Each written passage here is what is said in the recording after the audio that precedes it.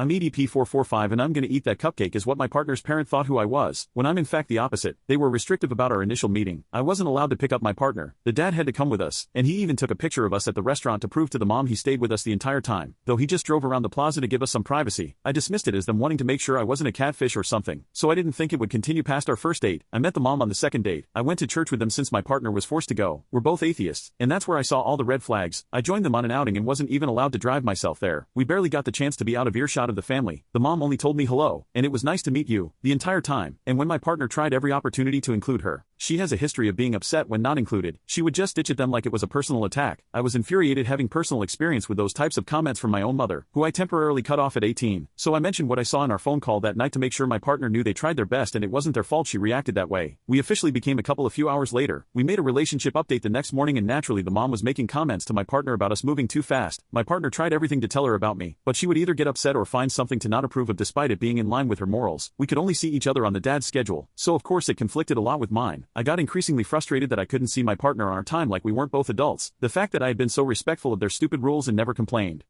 only to get no respect in return, made me start playing it my way. I worked only a few minutes away from their house and got off around midnight, so I got the idea of asking my partner to sneak out so we could go to some late-night restaurants. My partner hadn't done that before, nor I, but we successfully did this 5 nights in a row. We had our first kiss the first night in the middle of their street. It honestly felt like a movie. On the third night, my partner complained that the dad wouldn't buy more allergy medication and didn't want to use up the mom's, so it worked the next day. I decided to deliver the medication and some goodies from Walgreens. I asked my partner first, of course, but they assumed that I was getting it delivered to my place for our meetup that night. I thought if the parents were going to get upset, it would be because I had their address. The mom exploded over this, then gave my partner the silent treatment. The dad came in to explain to my partner what was wrong, saying it was weird to get someone medication outside of marriage. It was too expensive, and my partner was leeching off of me. I was obviously baffled and infuriated. My partner was being punished over something I did. It was $25 over-the-counter meds, and an absolute gift. My partner never asked for it. It was my idea, and who were they to criticize the way I spend my money?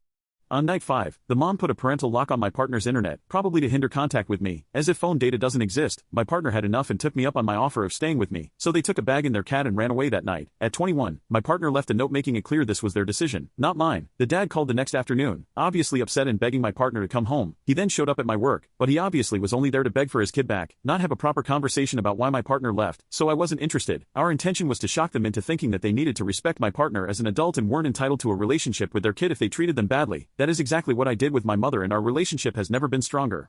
Our terms were that we could all discuss what happened and why together, but my partner would not do it without me because I would make sure things were properly communicated without risk of them intimidating and manipulating my partner. They refused, citing it as a family issue, as if I wasn't involved and they weren't actively villainizing me. So their other option was going to therapy. The dad's dumb assumed I wouldn't listen in on their phone calls. He actually agreed to speak to my dad, I live with him, and then tried to use my father's conversation to manipulate my partner by twisting his words to make it sound like my father agreed with him that he is right to make my partner come back. He also tried to use the fact that my partner couldn't drive and didn't have a job or life skills against them, but who was supposed to teach them?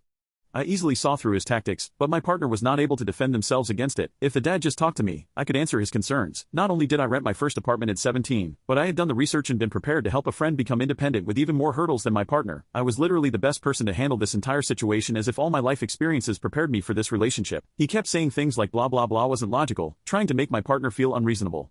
They literally thought my dad and I were sex traffickers and outed my partner to their grandparents, so they disowned my partner. The mom demanded $200 for my partner's phone that wasn't mine or my father's money and would only hand over SS card, and BC needed to get a job if my partner gave her their cat, which was in my partner's name and with their own money, until she got the money she wanted because you clearly love the cat more than me. The dad eventually convinced her to hand over the documents. My partner agreed to go to Taco Bell alone with him to get the documents and talk a bit. That's when he presented an ultimatum he wrote with the mom. It said my partner had to move back home or with the grandparents before the outing, in I think 10 days, with the benefits of them helping my partner learn to drive and get a job, freedom to see me whenever, and getting therapy, and if not, they would be cut off from the family, phone, and health insurance. My partner just said whatever to make the conversation end. I read that shit and said, bet, then ordered a new phone line. I was literally yelling, call their bluff.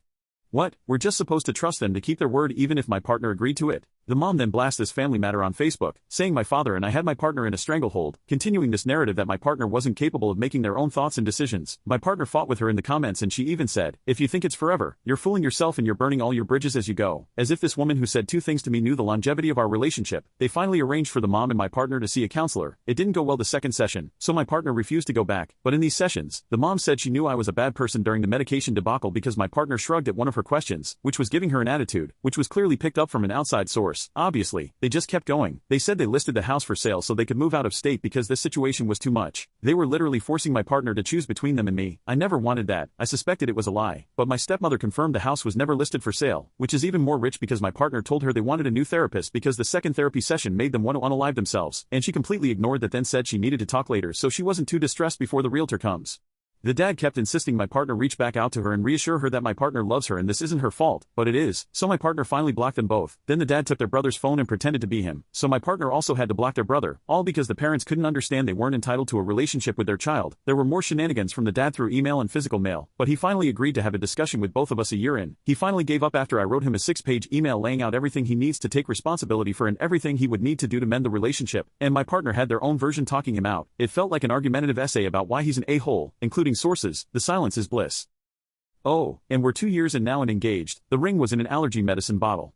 Story 2. My spoiled mom wants me out when her own mom pays her rent. My mom grew up with rich parents and to this day, has never bought a car of her own, has had a house bought for her, is a trust fund baby and had not only her bachelor's degree completely paid for but 2 years of graduate work as well. Fast forward to today, she's been working at the same awful paying, 8 months a year teacher's assistant job for almost 24 years now. That doesn't utilize her degree at all, and is paid less than $30K a year. She's totaled at least 5 cars in just my lifetime and had new ones immediately bought for her, and she couldn't afford the bills and taxes in the house she was bought, and instead of selling it, didn't pay anything and let the house foreclose. The house foreclosed when I was about 6 or 7 and ever since we've been either homeless in people's basements or in apartments. I'm now 19 and started college this past year, and I've been becoming increasingly aware of her lifestyle. Every apartment we've lived in has been paid for, rent, by my dad's child support checks every month, and now that my brother and I are both over 18, my grandparents are paying my mom's rent in full. This would be one thing if it was an $800 a month studio apartment, but my mom now lives alone. My brother and I moved for college, in a 2-bedroom, 3-floor apartment that's just under $2,500 a month. With this being said, my parents agreed when they split up that each of them would take responsibility for helping with one of the kids' college tuitions, and my dad has been helping my brother fund and organize his education. My mom on the other hand refuses to, and literally can't right now, help with any tuition money, and still yells at me for taking out student loans because she doesn't like debt. Weird. I was even accepted to my dream school senior year and declined so I could do super cheap community college for the first 2 years, then hopefully transfer to my dream school to get my BA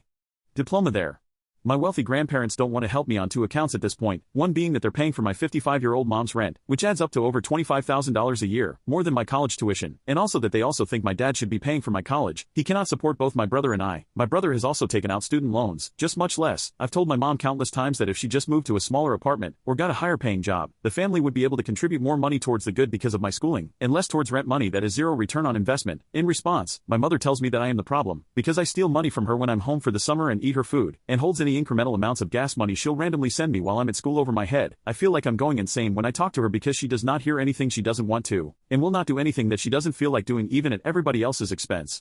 It's such a hard position to be in because generally she's very loving and emotionally supportive of me, but it's hard for me not to see her as having bad intentions or be resentful when she has all of her options laid out right in front of her and still chooses to do what's worse for everybody else. As of yesterday, she told me I'm cut off from any gas or grocery money while I'm at college, and she refuses to ask my grandparents to contribute because she already gets so much money from them. Smiley face. Also, just for reference, since she works at a school and gets summer vacations, her mom sends her weekly paychecks for doing nothing. My mom works the same amount as I go to school, and goes out to eat with friends at least 2-3 times a week. I swear to God, she has Taco Tuesday, Wednesday night dinner and Sunday brunches every single week. I do seriously feel like I'm going fully insane when I talk to her about these kinds of things, and it's so stressful to be in a financial position as a kid, especially when I know solutions are at arm's reach and she has had every life advantage available to her to give me those same benefits. She's not a diagnosed narcissist, but from my research she very much fits every description and symptom to a T. Any insight, validation or advice is greatly appreciated. Crying face, praying gesture.